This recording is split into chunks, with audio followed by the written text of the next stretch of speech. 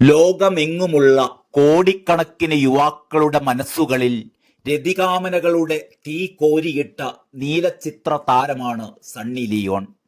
Porn സൈറ്റുകളിൽ ഏറ്റവുമധികം viewers ഉള്ള താരം.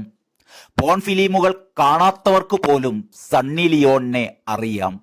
ലോക പോൺ ഇൻഡസ്ട്രിയുടെ അവിഭാജ്യ ഘടകമായിരുന്ന സണ്ണി ലിയോൺ ഇന്ന് ബോളിവുഡിലെ താരറാണി കൂടിയാണ്. ഗ്ലാമറസ് വേഷങ്ങളിലൂടെയാണ് ഹിന്ദി സിനിമാവേദിയിൽ സണ്ണി ലിയോൺ അരങ്ങേറ്റം കുറിച്ചത് എങ്കിലും ഇപ്പോൾ ഏറ്റവും വെല്ലുവിളിയാകുന്ന റോളുകൾ പോലും അനായാസം ചെയ്തുകൊണ്ട് നീലച്ചിത്രങ്ങളിലെ രതിഭാവങ്ങൾ മാത്രമല്ല, ഏത് ഭാവവും തന്മയത്വത്തോടെ അഭിനയിച്ചു ഫലിപ്പിക്കാൻ തനിക്കാവുമെന്ന് തെളിയിച്ചു കഴിഞ്ഞിരിക്കുകയാണ് താരം. സണ്ണിയുടെ അരങ്ങേറ്റ ചിത്രമായ ജിസം 2 ബോളിവുഡിൽ വൻ തരംഗമാണ് സൃഷ്ടിച്ചിരുന്നത്.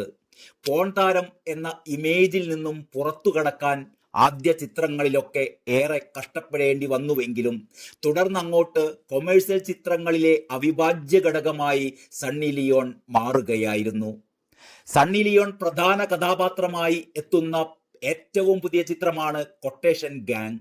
തെലുങ്ക്, കന്നഡ, ഹിന്ദി, തമിഴ്, മലയാളം ഭാഷകളിൽ ഒരുങ്ങുന്ന ഈ ചിത്രത്തിൽ പ്രിയാമണി, ജാക്കി ഷ്രഫ്, സാറ അർജുൻ തുടങ്ങിയവരാണ് മറ്റു താരങ്ങൾ. ചിത്രത്തിൽ തികച്ചും വ്യത്യസ്തമായ വേഷത്തിലാണ് സണ്ണി ലിയോൺ എത്തുന്നത്. ചിത്രത്തിന്റെ ഷൂട്ടിംഗ് ലൊക്കേഷനിൽ നിന്നുള്ള ഒരു വീഡിയോ സണ്ണി ലിയോൺ തന്നെ പോസ്റ്റ് ചെയ്തിട്ടുണ്ട്.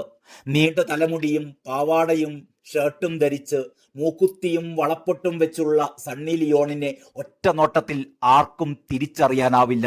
ഒരു നാടൻ പെൺകുട്ടിയുടെ ശാലീന സൗന്ദര്യവുമായി പ്രത്യക്ഷപ്പെട്ടിരിക്കുകയാണ് സണ്ണി ലിയോൺ.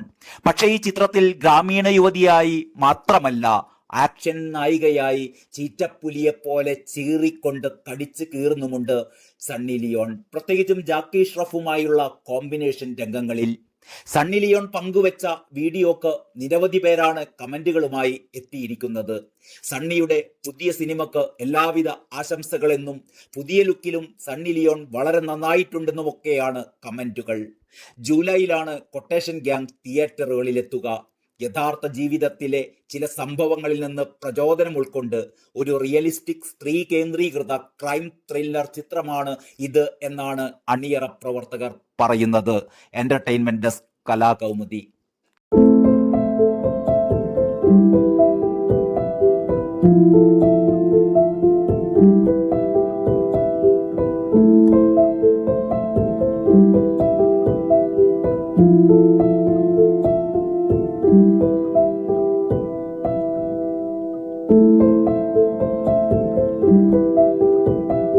Thank you.